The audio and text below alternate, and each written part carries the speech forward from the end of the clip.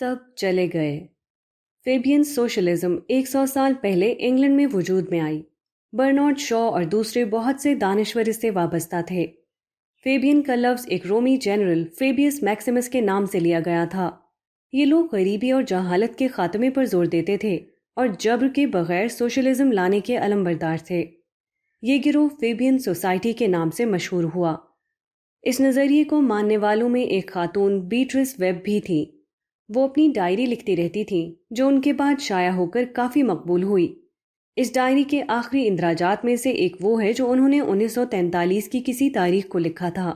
اس میں مذکورہ خاتون نے تحریر کیا تھا: Everything and everyone is disappearing.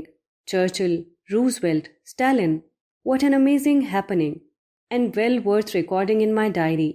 But that also will suddenly disappear. ہر چیز اور ہر شخص غائب ہوتے جا رہے ہیں۔ چرچل، روزویلٹ، اسٹالن سب چلے گئے۔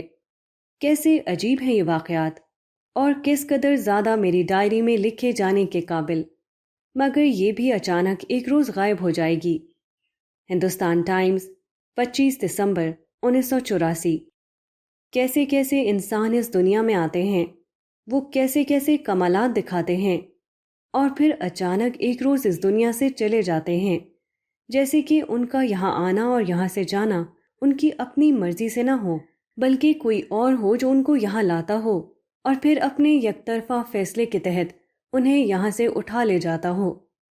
اس واقعے کی کوئی بھی بامانی توجیہ اس کے سوا نہیں ہے کہ پیغمبروں کی اطلاع کے مطابق آخرت کو مانا جائے۔